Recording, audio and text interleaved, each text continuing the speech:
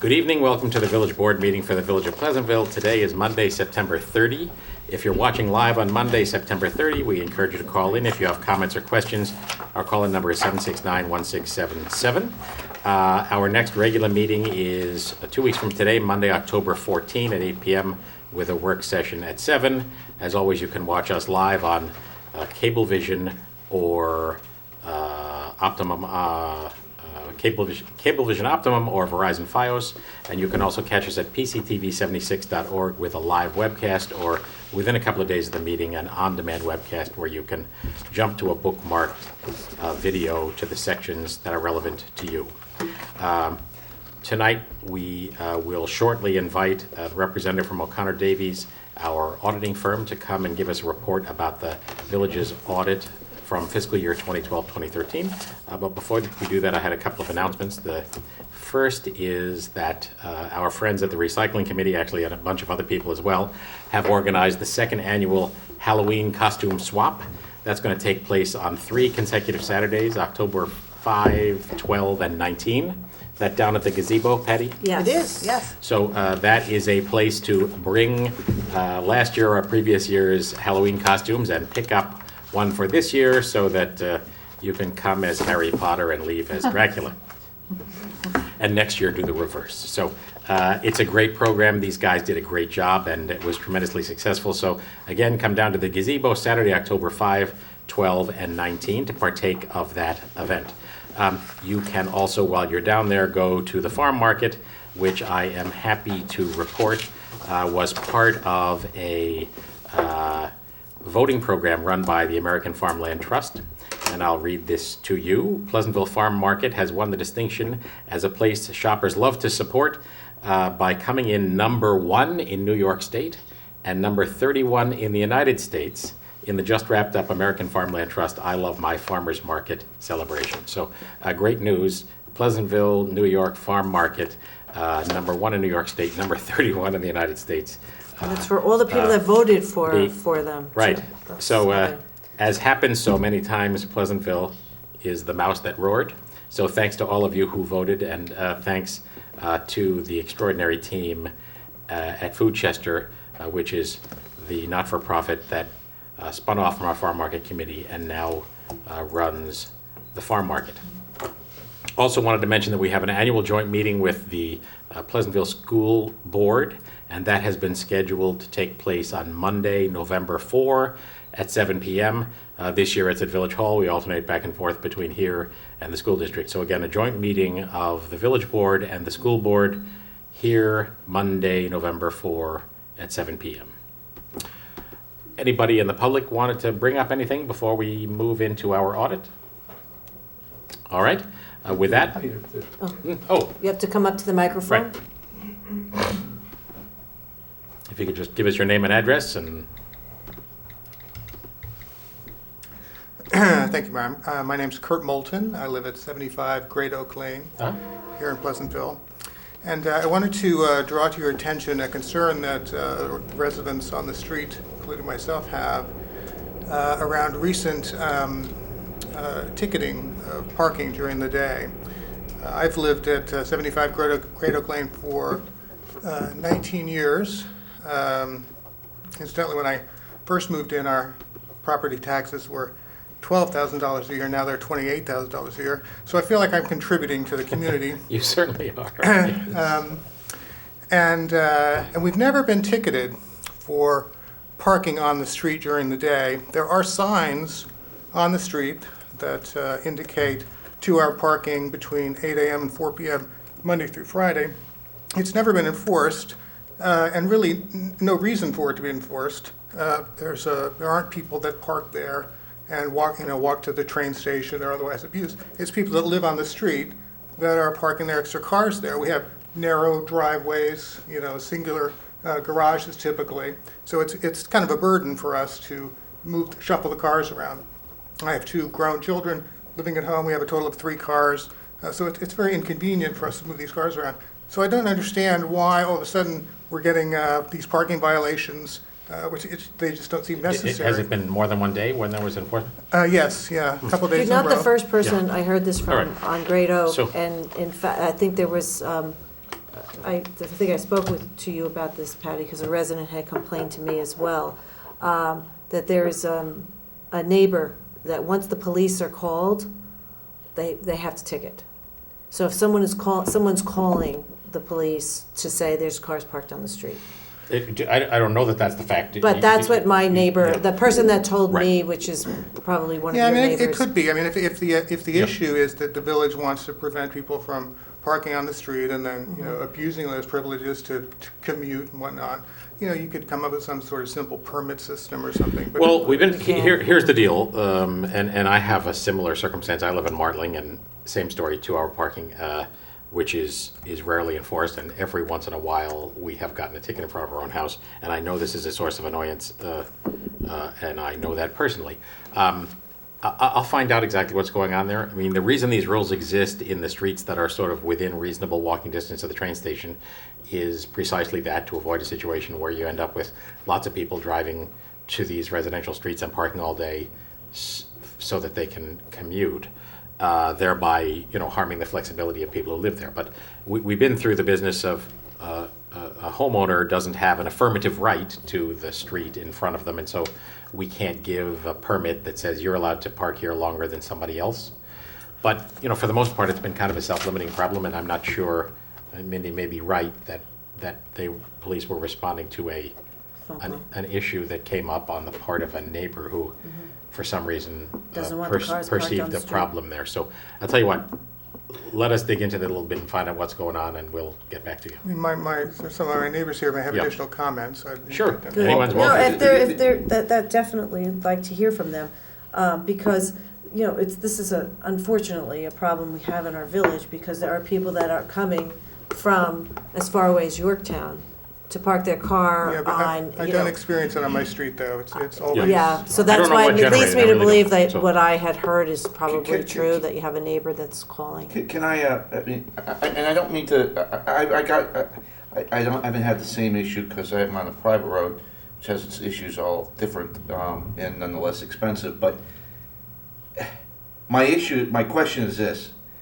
if this board seeks to pick up every instance of where neighbors feel unjustly ticketed because they actually violated the parking requirements, I don't understand why we're doing that. I think if there is an issue with the neighborhood and you want those changed, we get together with your neighbors and let's come up with a more holistic solution, because quite frankly, I don't know how we change it. If you violated the traffic laws, you have a solution with the court, or you have a solution coming back to us saying, we don't have a parking problem on that street. Why do we have these parking rules the way they are?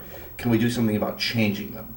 And I would rather see that approach taken than the mayor making some sort of commitment to you, which this board can't back up, in terms of looking into, what's going on in your street. If it's a neighbor that's calling, they have every right to call, and they'll continue to call. In fact, we're probably antagonizing them right now by even talking about it. So, Don't misunderstand me. I'm not making a commitment to solve it. And if someone calls and asks for something to be enforced, we have to enforce it. But the reality is we have lots of laws that are there in order to avoid a problem we know can happen. And most of the time it doesn't happen. There's no need to be dinging anybody But for it. So- you might not, you're saying that you why- haven't why had are the rules there to problem. begin with then? If the Well, rules yeah, are there to it- begin with, That's a that good are not, question. that are not Well- helpful to the neighborhood and aren't solving anything, then that's what you should be, that's what we should be trying to solve But for. you may what- not have been having a problem with commuters parking on your block because of those signs. So if you remove those signs, this is something that you have to think about. If you petition the village to remove those signs, you may have people parking there. And then that's a whole different set of problems, because we've had neighborhoods come in here and say, please get these people off our streets, and please put up parking signs in front of our houses because we can't take it anymore. Roselle, the whole area in Roselle is a good example. They were the most recent to come to us and say, we need parking signs here. Right, well, this is why I suggested you might think about the concept of, no parking except by permit only, Well, we which is can't what we do do that. at Yeah, the we train can't do station. Cannot do, We no, do we it at the cannot- train we station. cannot do that on the public streets. So it's just not a solution. So the only way you can, if you want to approach, if you want, like Jonathan is saying, if you want to address the actual no parking then you have to come to us and say, we don't want those signs there anymore. That, And that then- said, I mean, I don't want to overcomplicate this. It may be that there isn't very much of a problem here and that this problem will go away. Right. If it doesn't, then, we need to talk further about what the right answer is.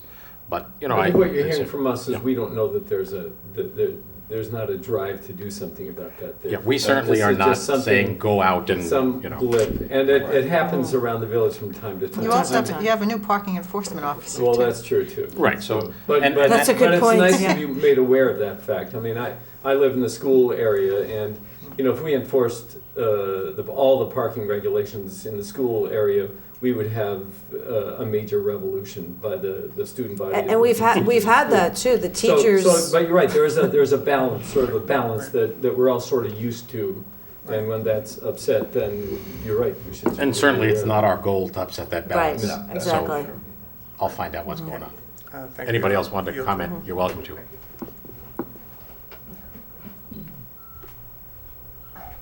My name's Vincent D'Amelia. I live at 69 Great Oak Lake.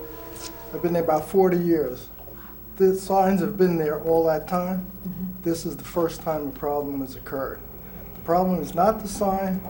It is not people walking to the train station. It is the enforcement.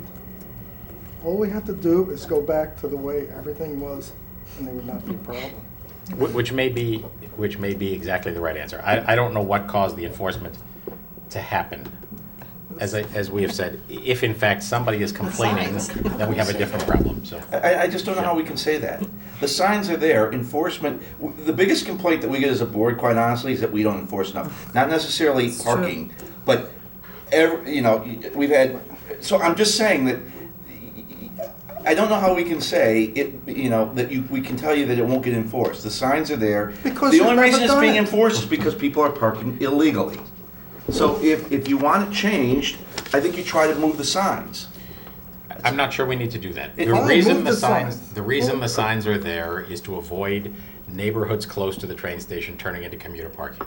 That's why they're And there. believe me, that's not what you want. And if that problem isn't happening in your neighborhood, it's either because of the signs or not. I don't know that, as you rightly point out, there's been a nice balance to this for a long time, and something has changed. So I think the first question, and I'll find it out, is what changed? Very good. Okay. Anybody else? I think we covered it. All right. I thank you. Sorry you had to come and chat about that. We'll see what's going on and get back to you. With that, Anybody else? everybody's out of steam on that issue. Our next presentation is OConnor Davies. Thank you for coming, Rob. Thank you. Welcome, Rob Danielle from OConnor Davies, our auditors. All right, I prepared a little PowerPoint that's in front of you. I think it was passed out. Again, my name's... Yeah. Again, I'm here to present the audit results for the village as of May 31st, 2013. Page 2. Before I begin, I just want to thank Patty, Mary, Pam, Judy, really the whole team, for really being audit ready and giving us timely information right from the beginning of the audit right through today, which is the end product of the audit. If you turn to page 2, I just wanted to go through some of our responsibilities under the professional standards before we get into the numbers. Page 2, and I'll try to stick to this, I won't read word for word, but we form and express an opinion about whether the financial statements, which are the responsibility of management, are presented fairly in conformity with accounting principles generally accepted in the United States of America. We have issued an unmodified opinion, it's previously called an unqualified opinion. However, it's still the highest level of opinion that an entity can receive, and it basically states that the financial statements present fairly the financial position of the village in accordance, again, with accounting standards generally accepted in the United States of America. Also included in the financial statements are the village also reports supplementary information. We make certain inquiries about the supplemental information, and we evaluate the content, and we make sure that the numbers agree to what's reported in the financial statements. There are certain required supplementary information, such as the MD&A, Management's Discussion and Analysis, which is prepared by Patty and Mary and is reviewed by us, again, to make sure that the content agrees to what's reported in the financial statements. And you're also required your other post-employment benefits. There's a schedule of funding progress that is a required statement. It's included in the financial statement. On page 45, again, we're required to report the funding progress of the plan over the last 3 years, and that's based on an actuarial study. Again, after the notes, there's combining an individual fund statements for each of the funds, and we'll talk about some of that later. Page 3, a byproduct of the audit is what we refer to as the management letter. We're required to communicate in writing certain deficiencies and internal controls that we consider to be significant deficiencies or material weaknesses. I'm happy to report there are no material weaknesses or significant deficiencies. There are some comments we made, but I believe some of them were there last year as well. Continuing, we advise management of the appropriateness of accounting policies, and again, they appear appropriate for the village. And we communicate any fraud or illegal acts that are identified during the course of our audit, and there were no allegations of fraud noted during our audit. Page 4, our plan, scope, and timing of the audit was consistent with what we had previously communicated. You know, we send a team out of 2 or 3 people, usually at the end of May, early June, and we perform some tests of your internal controls, your payroll cycle, your cash receipts, cash disbursements, and your real property tax collections. In July, we sent a team of 5 individuals to perform the audit, and there's always, follow-up after the field work. We also audit the Justice Court on a separate occasion, and we audit the Pleasantville Community TV, which is a component unit of the village and reported in here. Again, there's some qualitative aspects of significant accounting policies. Included in the notes are significant accounting policies, significant accounting estimates, and very detailed financial statement disclosures. We're required to communicate any difficulties that we encountered during the audit, and there were no significant difficulties in dealing with management. There were no uncorrected journal entries, meaning if we found something, we proposed it and it was recorded by management. Page 5, there were no disagreements with management. At the end of the audit, we request certain written representations for management, and that is in the form of a letter that we get called the Management Representation Letter. There were no consultation by management with other accountants, meaning that if there was you wanted an opinion on the way to record something, you would opinion shop and ask someone else their opinion. There was none of that as far as we know. Other matters discussed with management, we discussed the business conditions affecting the village, the application of accounting principles and standards, and any strategies that may affect the risks of material misstatements, and we incorporate that into our audit plan. We are independent. Our independence is not impaired, and we are independent with respect to the village in accordance with professional standards. Page 6, again, the accounts of the village are organized and reported on the basis of funds. The village operates many funds. There's a general fund, water, pool, debt service, capital projects, refuse, special purpose, and agency funds. Again, we'll focus our attention on the general fund, which is the main operating account, and we'll briefly discuss significant changes in the other funds.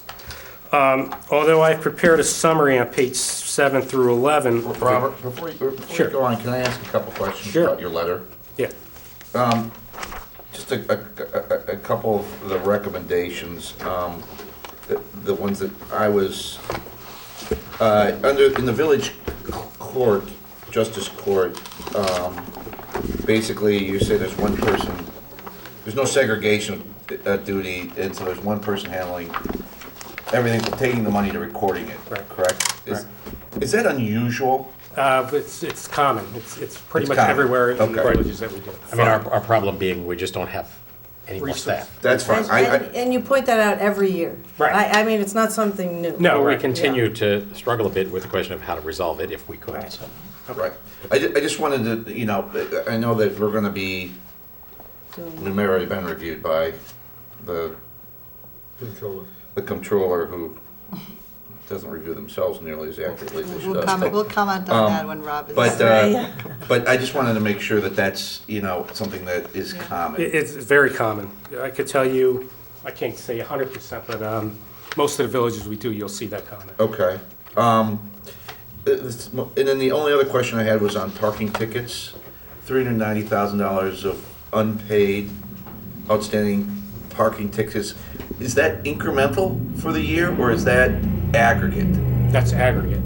So that's down a great deal from what Well, as you recall, One at one point. we passed a policy about Correct. when we would write off uncollectible tickets. I just wanted, right, I just wondering if that's what we're doing. And so the $390,000 reflects what, 5 years I or? believe it's, right, I think it's Yes. written off after the 6th year. Okay, I just turned it on. great. So that's that policy in action. Right.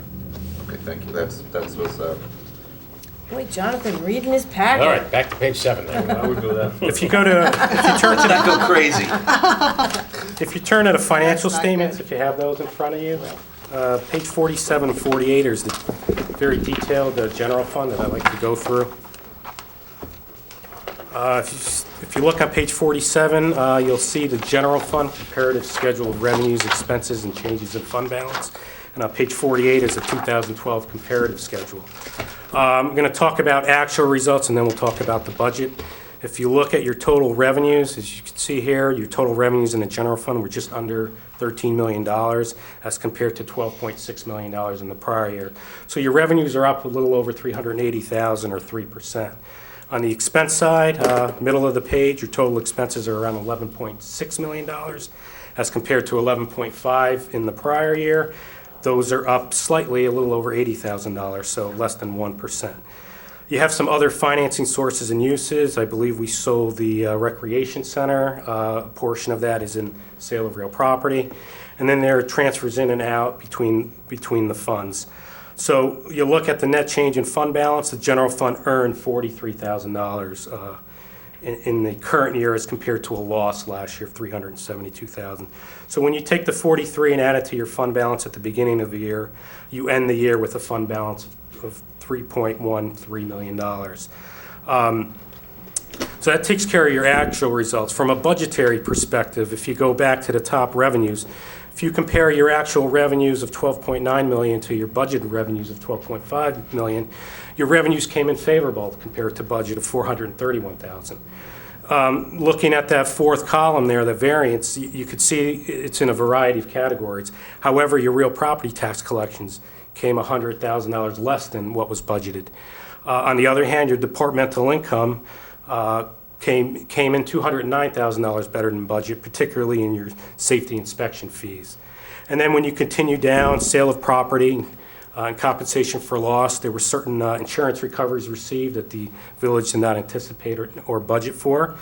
And then the village also received some state and federal aid for the FEMA monies for the storms back in October.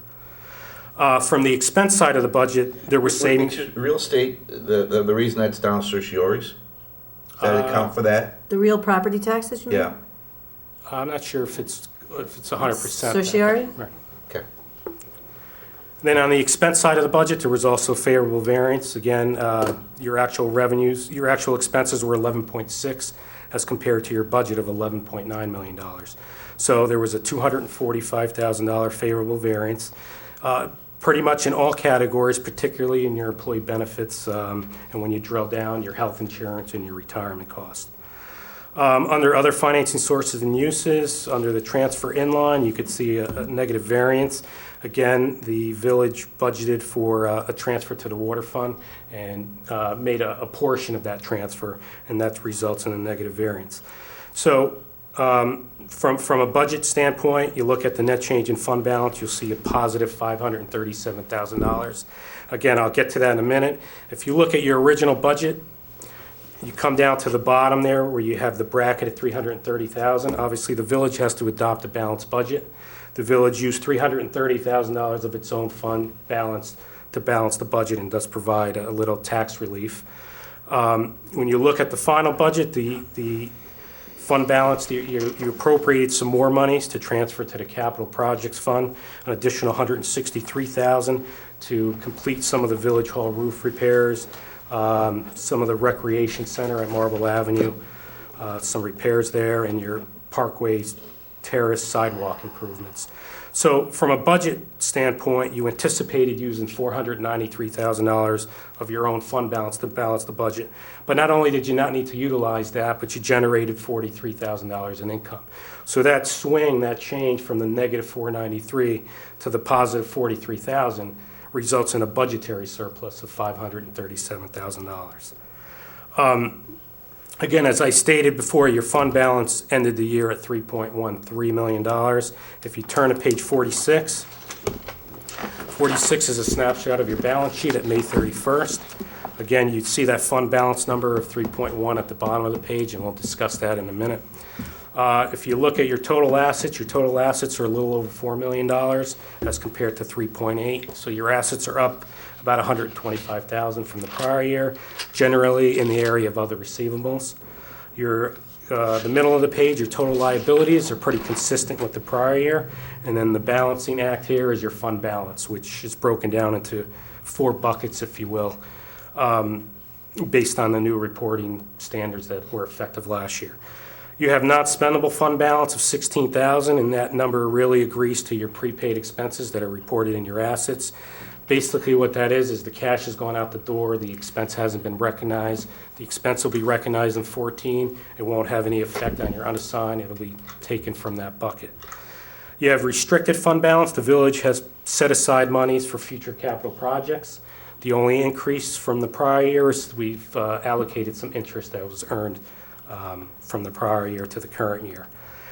The assigned fund balance is what the village has designated to balance the 14 budget. As you can see, the village has designated a little more funds as compared to the prior year, from $330,000 to $500,000. And then your unassigned is really unrestricted funds, just a little under $2.5 million. And when you compare that to the 14 budget, it represents about an 18.5%, which is, extremely favorable given these current economic times. Slightly down from the prior year of about 19.5, of down a point or so. That's basically the general fund. I just want to point out a couple of the other funds. Again, if you turn back to page 47, I mentioned that the village had budgeted a transfer in the general fund of $450,000, and we actually didn't make the complete $450,000. A portion of that was for the water fund. So if you turn to page 56 and 57, again, you'll see a comparative schedule of revenues, expenses, and changes in fund balance of your water fund. Just briefly, your revenues are up about $300,000 as compared to the prior year. Your expenses and your other financing sources are also up about $300,000. The water fund had earned, the net, you'll see that line, net change in fund balance. So for the year, the water fund had earned $146,000. However, if the village went according to plan, it would have transferred $175,000, and that fund balance would have been in a negative. So again, just something to keep track of. I know that in the 14 budget, the village has decreased that transfer to $100,000. However, the additional $100,000 that's coming into the fund from the debt service fund goes away, and I'll discuss that in a minute. Just continuing on some of the other effects, if you turn to page 61. 61 is your debt service fund.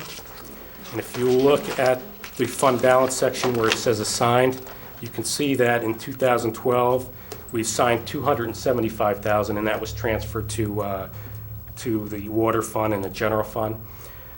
We're assigning $75,000, and once that $75,000 transfer is made in 2014, you're really down to about $150,000. So assuming the plan is to use $75,000 over the next 3 years, this transfer goes away, and there'll be some other means to determine, obviously that has an impact on your taxes. And then just very quickly, if you turn to the page 68, your pool fund. The pool fund, again, revenues are consistent with the prior year. The expenses are slightly up. The pool fund had a loss of $64,000 for the current year, which brings its fund balance down to $16,000. Historically, the village has transferred monies to the pool fund to cover its debt service fund from the general fund. That wasn't done in 2013, and if everything remains relative, it would probably need to do so in 14, just based on the size of your fund balance. That's really the numbers part. I just want to turn to the notes for a minute. If you could turn to page 37 and 38. During your annual budget process, you really adopt your debt service requirements on an annual basis. In the front of the statements, what we call the statement of net position, we report all of your outstanding indebtedness and all of your liabilities. The village has $17 million of outstanding bonds that are payable to maturity up through the year of 2033.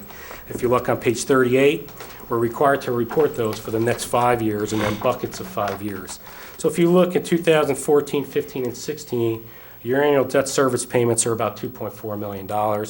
Roughly, when you factor that into your cumulative budget, represents about around 12% of your total budget is in the form of debt service costs. That's really it. I mean, on page 40, again, we're required to report the OPEB, the other post-employment benefit liability. Again, there is no funding mechanism in New York State, but an actuarial study is done on every 2 years, and we're required to record that liability. And as you can see, it's going up about $1 million a year. Has no effect on your budget process, except that the line that says contributions made, that's what's funded through your general fund on an annual basis. I know I went through a lot. Can I just ask you a question? Sure. You said the debt service is 12% of the budget. I believe when you factor in all funds, Is there a number that is, you know? a we've seen normal them number? anywhere from 5% to 20%. So I can't say it's high, I can't say it's low, but the norm is around 7 to 10%. So you're probably on the higher scale. I think it's a little high. That includes the water fund? No, That that's, includes everything. oh, I'm sorry. That was general fund. What's that? General fund's got $21 million debt in it? No, it's 12% of the total budget. The total debt is 17,075,075 Your annual, across all the But funds. Right, across all funds. Right. right. Our annual We're debt 17 million, service yeah, is 12% of the budget. I didn't take the 2.4 over your general fund, I took it Yeah, over. okay, because I think it's actually a little, I think it may be a little higher on the general fund, or percent of the budget for debt. Okay, well, that's easy to go back and figure that out. Okay, thank you. So, are you finished with your? Yes. So, I mean, clearly, the results of this fiscal year are positive, Correct. and it would be fair to say we remain in a very stable, maybe even enviable position. Given these economic times, yes. We've seen fund balances dip to well below 10% in other municipalities, so Well it's below. very, very healthy. The liberal use of well below.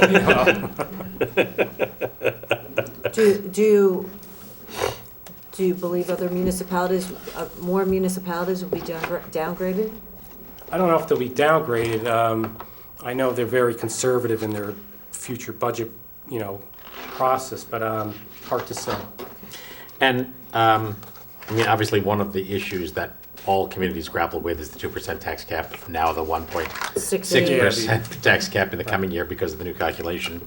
And annually, it becomes a question of whether we can live within that cap, which so far we've been able to do, but also it creates some pressure. I say this not just in the context of Pleasantville, but in the context of the entire state, to kick the can down the road on capital expenses that would otherwise break the cap. So, I mean, is that, I assume, an issue gets grappled with everywhere? It's an issue that's discussed. Right. A lot of places go out and get the vote to surpass the 2% cap, and usually they their means, they contain it within that cap. But you're right, it's kicking it down the road. So unless that plan changes, it's supposed to expire in 2016, but we don't know how that happens.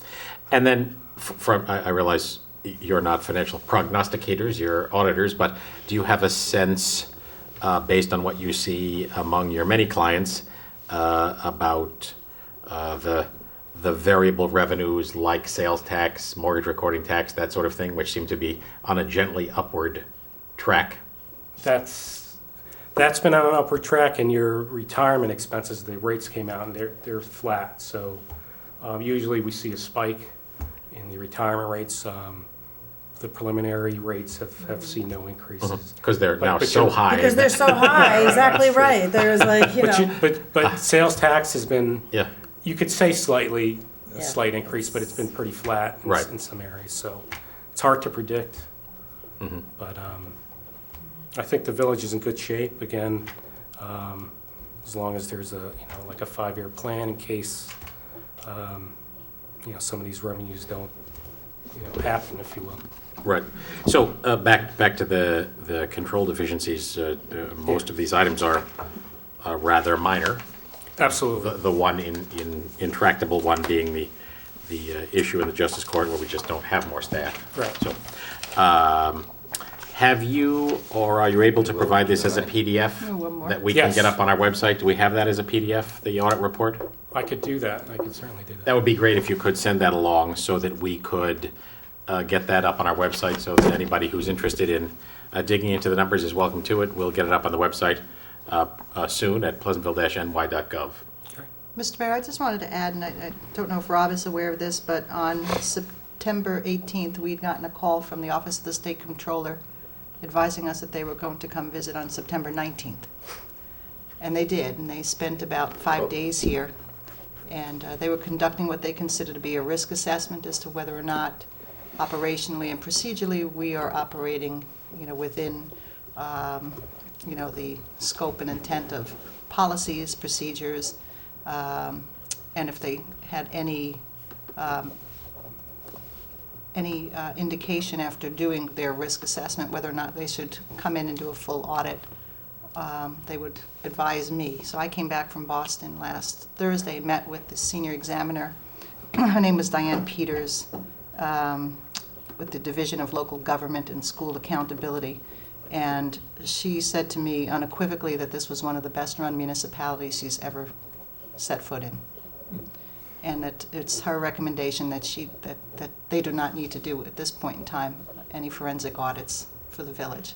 Usually you would be notified on their exit conference that they'll come back, so Yeah, that's a great report. I'm just saying, I didn't expect her to say anything other than that. Right.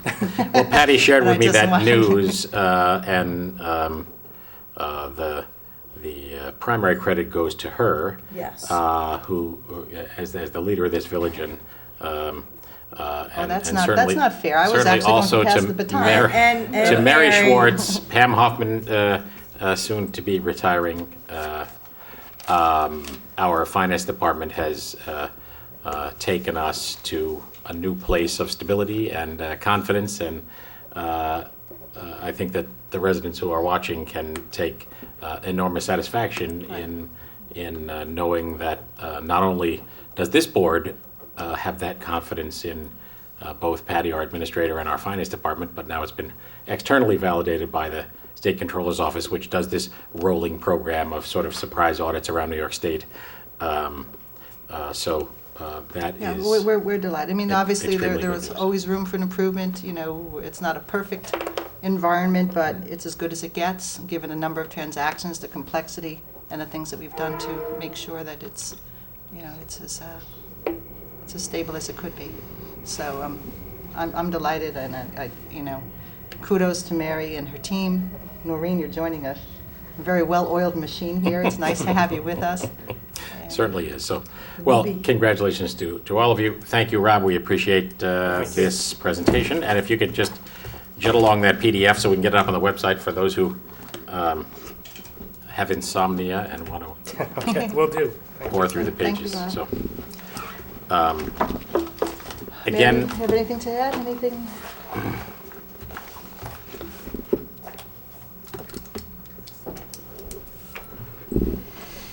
welcome Mary Schwartz, our village treasurer. Hi, thank you. I just want to take a minute and comment on the fact that the results of this audit, the state controller's audit, are really a result of the work that everyone in the village does. From the employees to the department heads, they work together. Everyone is very responsive. We have a great team village-wide, in addition to within the finance department, and it is headed by the best. So, Very true. I Thank agree. you for that, Mary. Thanks, Mary. I mean, I can say, I'll pay you later, Mary.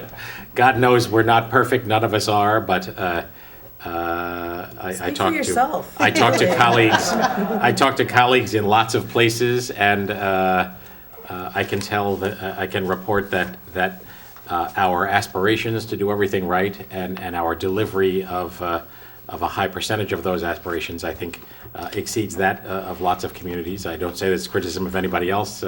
It's just that we've established the guideline here that we want to do it right, and we find a place where it's not being done right, we want to fix it. So thanks to all of you, and thanks to you guys for the role you play in that as well. Thank you.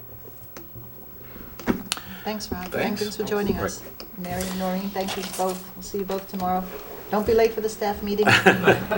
All right, again, we'll get the audit for the year ended May 31, 2013 up on the website in PDF form if you're interested.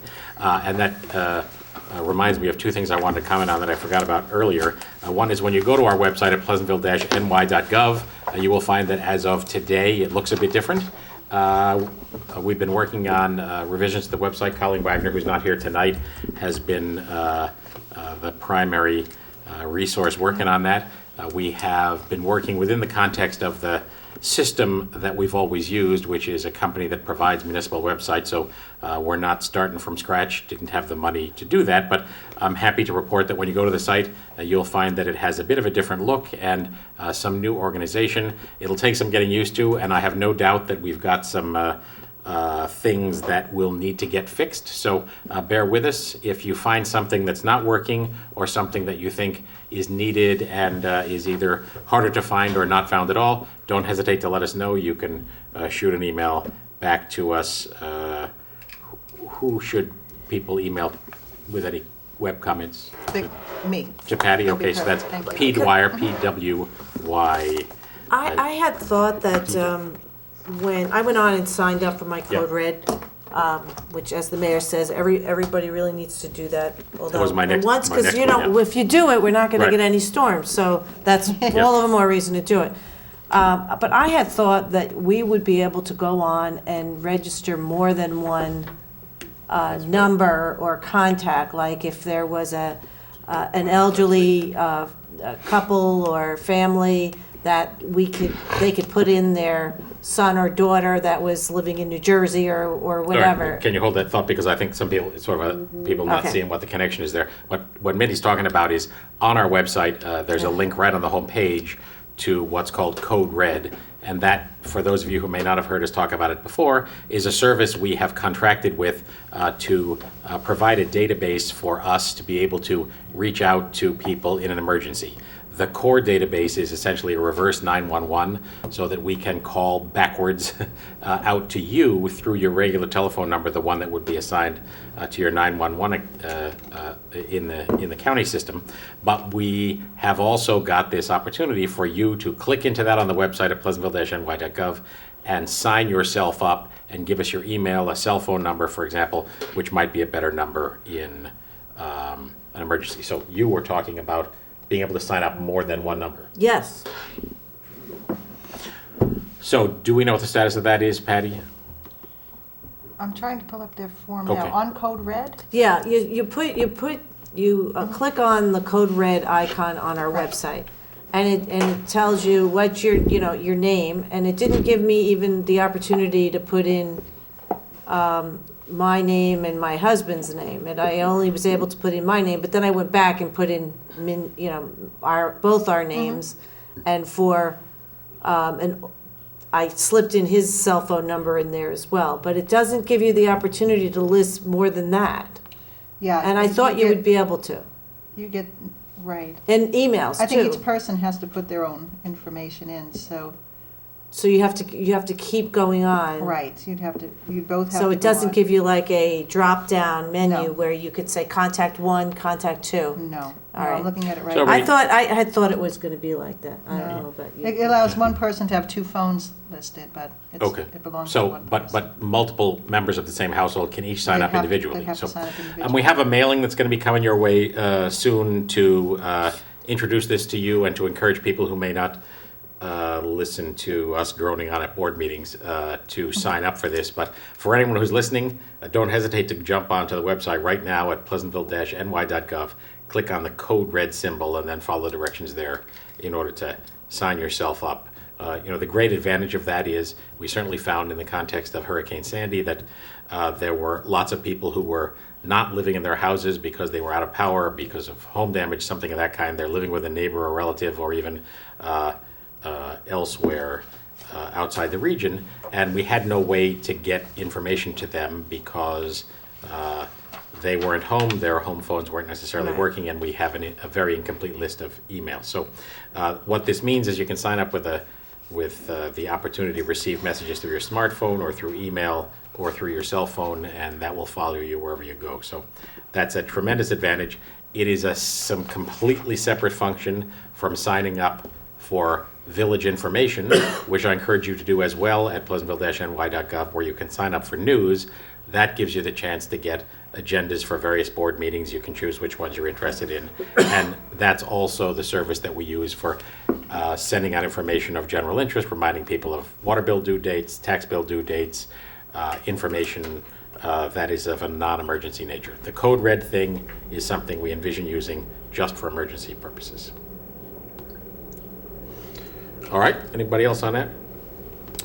Okay, with that, we can go to our resolution. Resolved that pre-check register dated September 30th, 2013, covering pre-check numbers 76405 and 76495, has been reviewed and they are hereby approved as follows. The general fund, $186,470.45. Special purpose funds, $469. Water fund, $19,259.20. Capital fund, $56,092.85. Refuge fund, $17,458.75. Pool fund, $958.91. Trust and agency fund, $2,226.10, for a total of $282,935.26. Is there a second? Second. Comments or questions? All in favor? Aye. Aye, motion approved. Jonathan? Now resolved that the Board of Trustees has reviewed the minutes of the meeting held on September 16, 2013, and they hereby approved. Is there a second? Second. Comments or corrections? On page 6, it says there's a misspelling. It says, instead of Stoller, it says Stroller. Thank you. We know who that is anyway. I know. Bill Stroller. This is, excuse me, pardon me. This meeting included an extended discussion of the proposed, the application from Benchmark Senior Living for a senior assisted living project on the northern wooded parcel currently owned by the Methodist Church. So I encourage any of you who did not see that meeting and who are interested in that subject to check out that meeting at pctv76.org. That would be the village board meeting of September 16th. All in favor? Aye. Aye, motion approved. Mindy. Brian. Brian, sorry. Resolved that the Board of Trustees hereby authorizes the village administrator to retain the services of Thomas C. Merritts Land Surveyors, 395 Bedford Road, to prepare a boundary survey of the railroad station building, said amount not to exceed $1,800. Is there a second? Second. This has to do with the resolutions that are going to follow regarding the transfer of the lease and the proposed sale of the old Pleasantville train station, currently the Iron Horse Grill, which is a building that is owned by the village. We agreed in work session to retain Tom Merritts to do this work, and in fact it has already been done, and this is just cleaning up the administrative details. All in favor? Aye. Aye, motion approved. 220 Mindy. This is the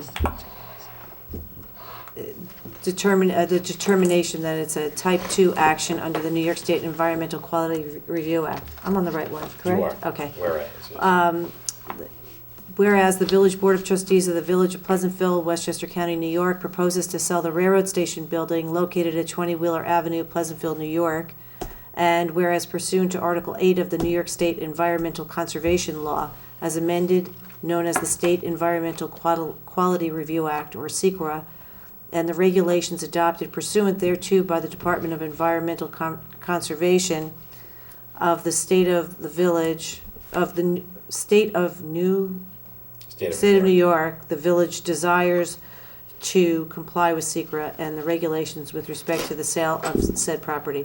Now therefore be it resolved that the Board of Trustees of the Village of Pleasantville as follows hereby determines that the sale of the railroad station building is a type 2 action which under SECRA and the regulations, in particular 6 NYCRR section 617.5 subsection C and 2, will not have a significant effect on the environment and no further action under SECRA is required.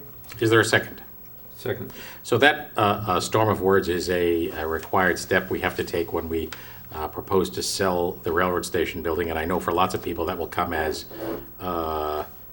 new news. So the brief history of that is that the village, and correct me if I get any of this wrong, I think I have it right, Patty, the village came into ownership of the Stone Railroad Station building back in the early 1960s. Right. From the precursor to Metro North, then the New York and Harlem Railroad, something of that kind. At the time that the railroad tracks were built into a cut and the new platform was established down below, the old station was found to be no longer needed by the train company, and the village became the owner of that property. It served various uses over a long period of time, and some of you may recall the most recent period before the Iron Horse Grill renovated it and moved in, that it served on one side as the village bookstore, now on Washington Avenue, and on the other side as our handicapped accessible meeting room with god-awful pink vertical blinds. I remember that. Remember those blinds? I do. I do. I don't know who chose them.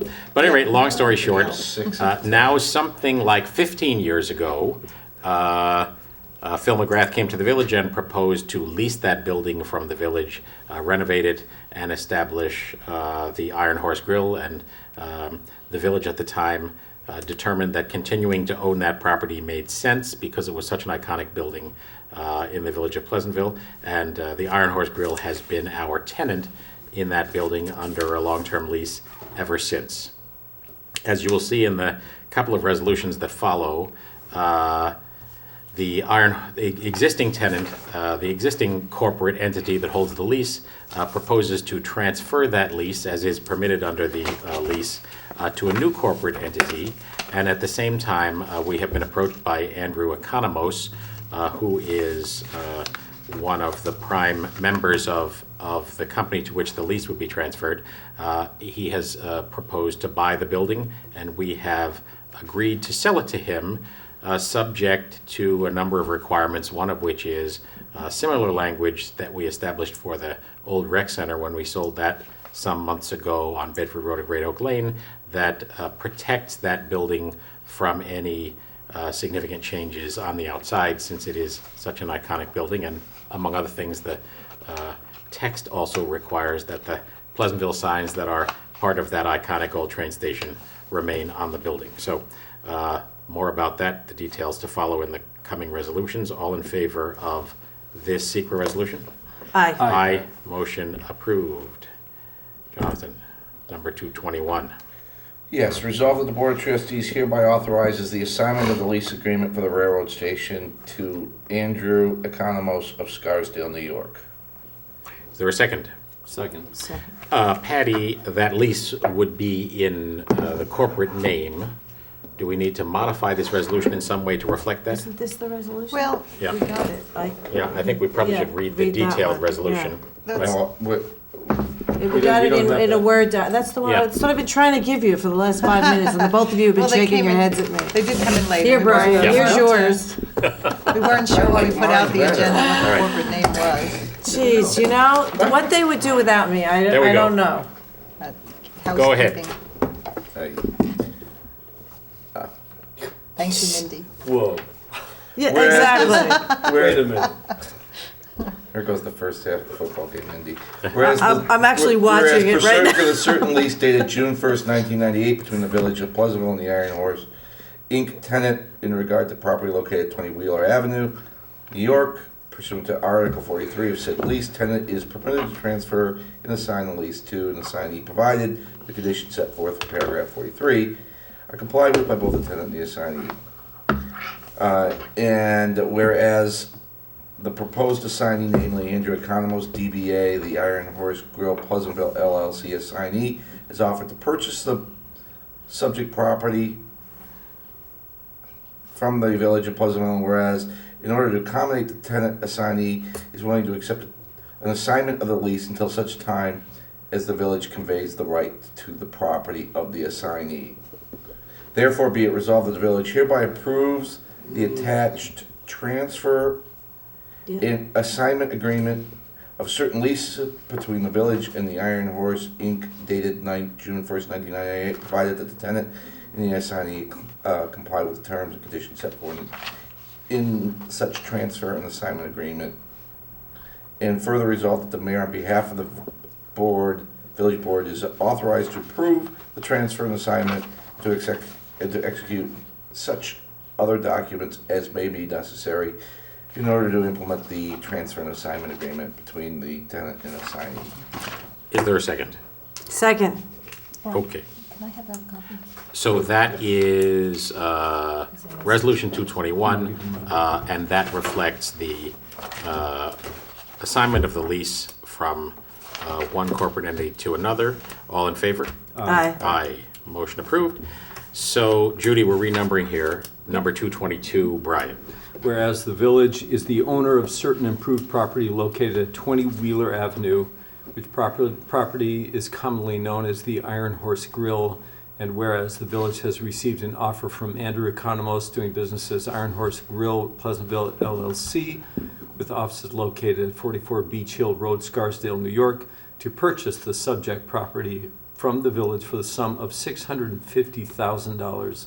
And whereas the village has determined that the subject property is not needed for municipal purposes, and whereas the village had determined that the proposed purchase price of $650,000, based upon an appraisal prepared for the village, constitutes the fair market value of the subject property, and whereas the present tenant leasing the property, namely Iron Horse Inc., is requesting permission to transfer and assign the existing lease between the village and the Iron Horse Inc.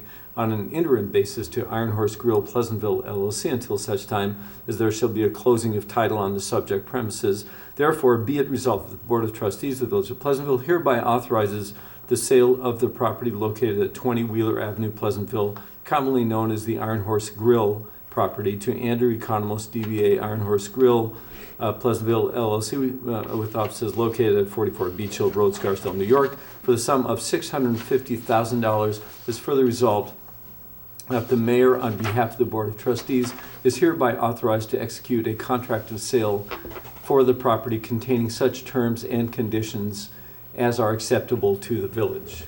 Is there a second? Second.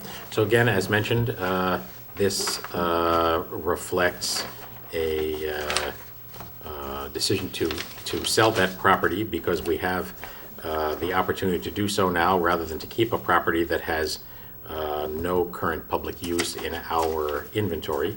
And that obviously provides the advantage of cash to the village in the form of the $650,000 purchase price, as well as returns that building to the tax rolls, and at the same time produce a sale that will protect the building through deed easements so that it will continue to be that iconic train station in downtown Pleasantville forevermore.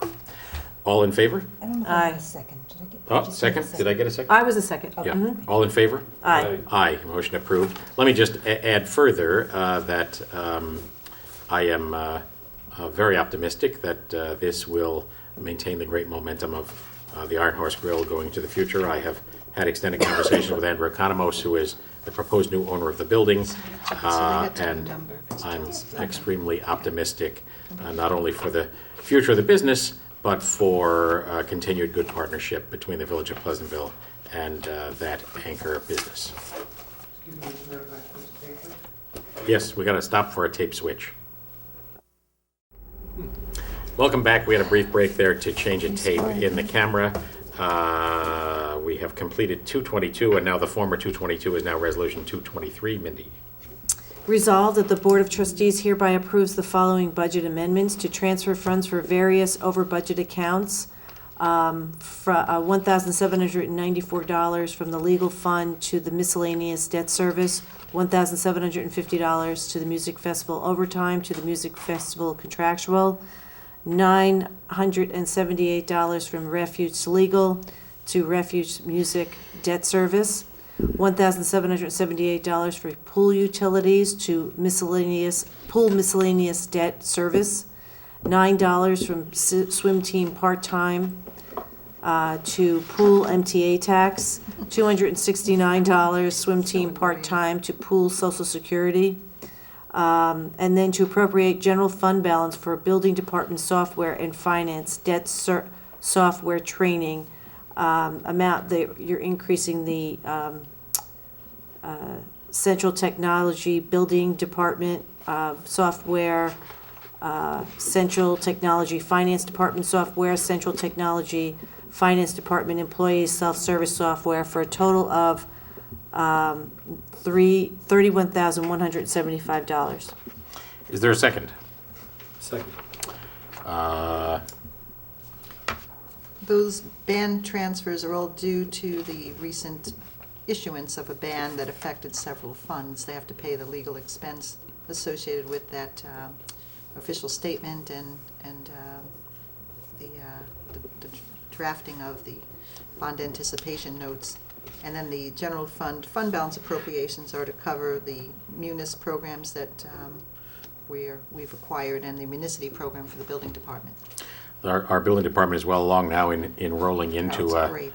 a Yeah. package called Municity. In fact, we have our first report. I assume this is driven by Yes, Municity. yes, it is. So It's good. it's a very big step forward for us in our technology program, and ultimately will allow the building inspector and the code inspector to be interacting with the data and entering data off tablet computers on site, and at the same time reduce dramatically the amount of paper. We're busily scanning documents in, and ditto with our finance department have made a commitment to move responsibly and cautiously towards a more paperless workflow.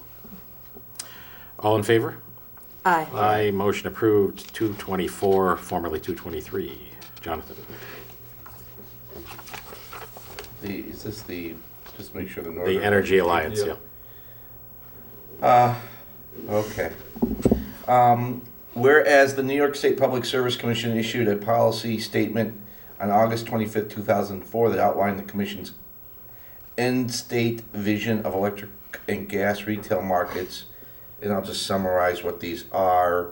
They include the delivery of safe, adequate, and reliable gas and electrical services in competitive markets, and observe a competitive markets provide the best means to do so. They outline that 22.7% of New York residents, while have the ability to take advantage of outside suppliers, only 22.7 actually do so. Municipalities are allowed to aggregate energy purchases for residents and commercial businesses. 77% of residents served by the community choice aggregation are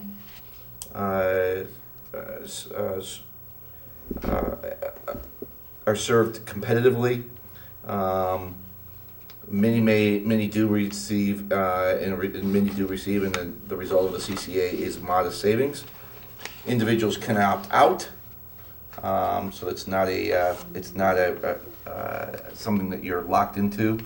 And I'll just read the last part here because it includes some of the codes for what's being talked about here. The draft CCA, and this is a pilot, draft CCA pilot legislation for Westchester, that's A7896, member of Assembly Powlin and S5500, Senator Ball, require that CCA customers must save on energy costs versus the franchised utility in order for a municipality to execute a CCA contract, so there has to be a savings. And it stipulates a number of other things which are in the record, and therefore be it resolved that the Village of Pleasantville request the timely authorization from New York State to form an aggregation of consumers as described in A7896 and S5500. Is there a second? Second. So we're a member of NWEAC, the Northern Westchester Energy Alliance Committee, and NWEAC is joined with SWEAC, Southern Westchester Energy Alliance, which now includes, I think, every community in Westchester. And NWEAC has proposed, as Jonathan just described, and as Senator Ball and Assemblywoman Paulin have proposed, draft pilot legislation that would enable something to happen here in New York State that happens in quite a number of other states, and that is to allow communities, municipalities to band together to establish a community choice aggregation, as it's called. In other words, negotiate for rates for electricity and gas and make those rates available to our residents. At the moment, as many of you know, there has been the opportunity to buy your energy and gas through various free market companies for a long time, and in fact, Con Ed has encouraged people to do it. Con Ed continues to deliver the gas and electric in our area, and they would continue to do so in any of these scenarios.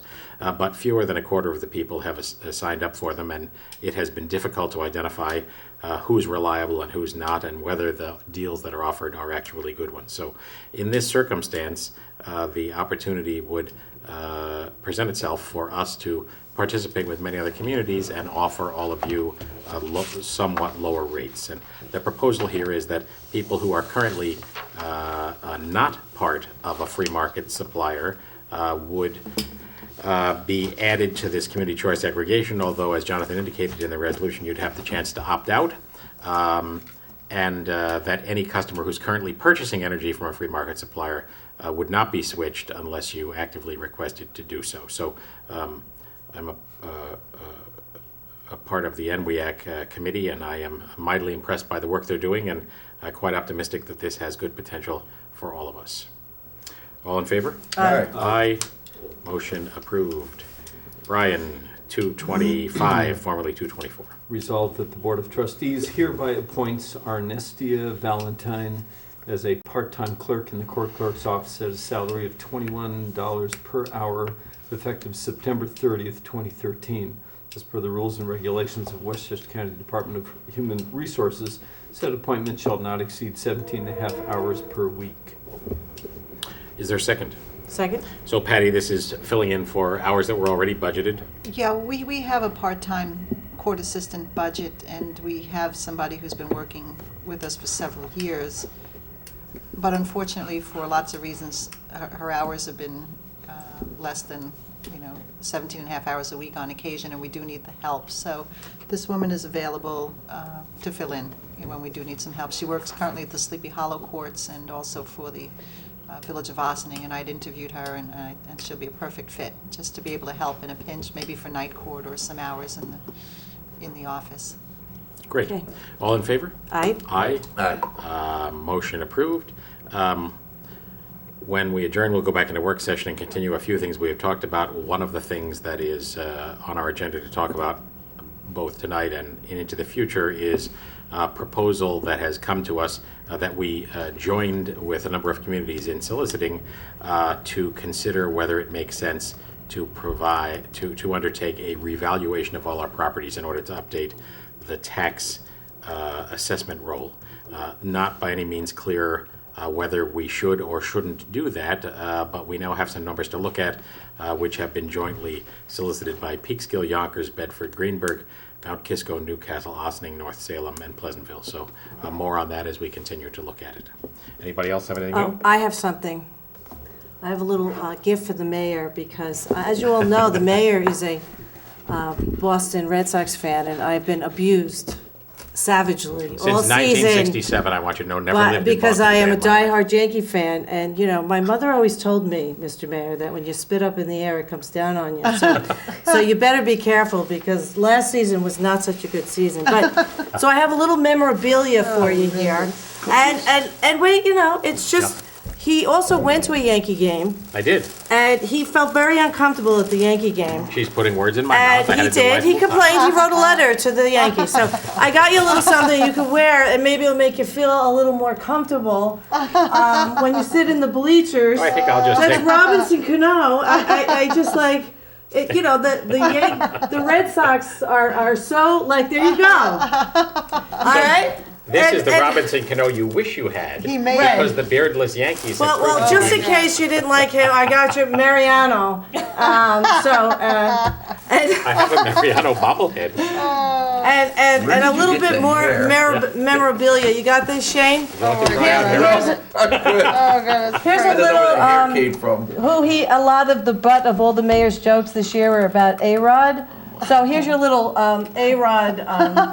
I don't know where they grew all this hair, but I have gotten Hold from on, the Joe- mayor. Joe the barber's on the phone and he wants his hair back. I have gotten from the quite mayor the beards that the Red Sox wear, and just like over the winter, if you miss them, you could put Is this this what happened? this to these little Yankees? garden gnome in your garden. Here, there you go. This is your garden gnome, Mr. Mayor. Okay. You know. And also now you can also when you take your bath, here's your Yankee duck, all set up in Red Sox regalia Put that for in you. the duck race next year. Yeah, we'll put that in the duck race. Now, did you So- buy all this material at the Yankees Oh my God, fan that's store? so- No, we don't run around with terrorist beards in Yankee Stadium. Only the Boston Red Sox wear these beards, okay? So this is for you to bring home, and just so you can remember the Yankees this season, because we'll be back to get you next year. Well, as you can imagine, I deeply appreciate this thoughtful gesture, although I'm not sure that our ethical standards permit me to accept gifts of this kind. I'm pretty sure they don't. Oh, Check Megan, out those are A-Rod. prices. I love A-Rod. Check out A-Rod. How funny is that? I must have sent these to my son about 6 times, and he How said, bored stop. are you? This really shows that I really need a job, okay? That's what my Yeah, husband but said. maybe you have another career in You really need a job. character This creation. gnome is the best. Tell me that's not a great gnome. It's It's pretty a great gnome. I want to see that in front of your house. Looks like an extra from Lord of the Rings. One thing I did want to mention is that many of you, thank you, Mindy. Oh, you're so welcome. I am deeply, deeply appreciative of these gifts. which I Hey, you know, want this to- is Mo. Yeah. This is a legend. Some of you will remember that last spring, on a Saturday morning, downtown Pleasantville was it's priceless. briefly populated by a film crew that was filming a pilot for a new program called Blacklist, is it? Yes, the Blacklist. And that pilot episode is out, and there's quite an extended period where Washington Avenue is highly recognizable. Yeah, I know. It was really cool. So I encourage you to take a look at that. You can get that clip online. So Pleasantville, New York, the little minor moment of fame. Although it's not That's the problem. This woman's been recognized. 7 years. Pleasantville. No, it's not called Pleasantville, yeah. We were just the stage set, so. In order to avoid any future further gifts of this kind, a motion to adjourn. So moved. Second? Second. All in favor? Aye. Aye. Good evening. See you in 2 weeks. Again, go to Dolphins. pleasantville-ny.gov. Take a look at the new website. Let us know what's missing or what's needed, and sign up for Code Red. Thank you. All right, so now he...